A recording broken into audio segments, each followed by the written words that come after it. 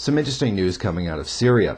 The Free Syrian Terrorist Army has decided to release 48 Iranian prisoners in a prisoner swap agreement with Damascus, and this was reported according to Iranian state TV.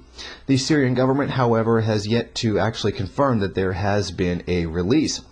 Reuters witnesses say that Iranian hostages arrived at a Sheraton hotel in central Damascus on Wednesday with the Iranian ambassador, and they all appeared, according to them, to be in good health.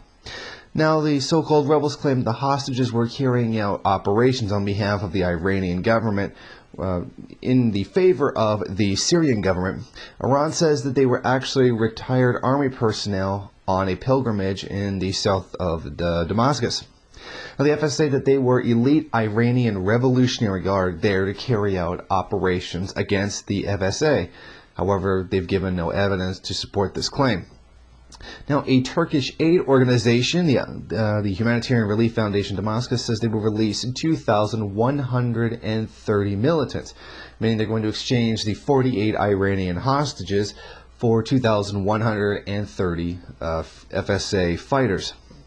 Now, Iran has previously stated that it has not sent any military enforcements into Syria, and that President Assad has not requested any military assistance from them. I find this so just terribly obvious.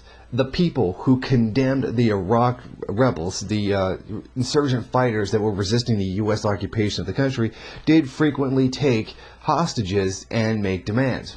Now, while these same people condemned those Iraqi fighters for doing that, they're now standing on the side of the FSA, who are abducting people and holding them hostage in order to have fighters freed. Whereas it's a little bit different when the Iraqi fighters abducted people and asked that the foreign forces leave their country. So I mean, it's just so typical to actually stand here and watch how they condemned Iraqi insurgents, completely disorganized Iraqi insurgents, commit this crime act. Taking civilians hostage is a criminal act, and I believe that it is. And then just have these, for the lack of a better term, Western dogs actually denounce them for it, and that they were terrorists for doing it. Now you have an entire organized army made up of foreign fighters doing the same thing, and these same people are turning around and basically supporting them. Well, they don't come out and actually say, oh, we're glad that they went out and abducted civilians. What they're turning around, it's just like pretending it never happened. It's like, you know, when the footage comes out of the Syrian fighters testing the Syrian rebels coming out with testing chemical weapons on rabbits to demonstrate that they have them, and at the same time they're screaming, "Oh, Assad's going to use chemical weapons. Assad's going to use chemical weapons." While the bloody side they're supporting is testing them right now and saying that they're going to use them. It's just such typical Western goddamned hypocrisy, and it just shows so much how NATO is a terrorist force. NATO is backing them, and NATO is giving them, not NATO's giving them weapons, NATO's giving them money to get weapons.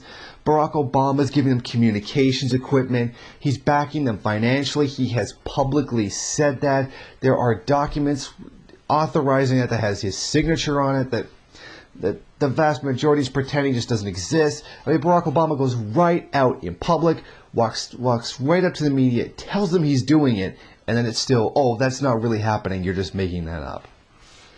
Like, it's just ridiculous, man. The rebel fighters in Syria just keep finding more and more ways to actually make themselves worse, and to prove more and more why NATO and the NATO's backing of them just makes them terrorists.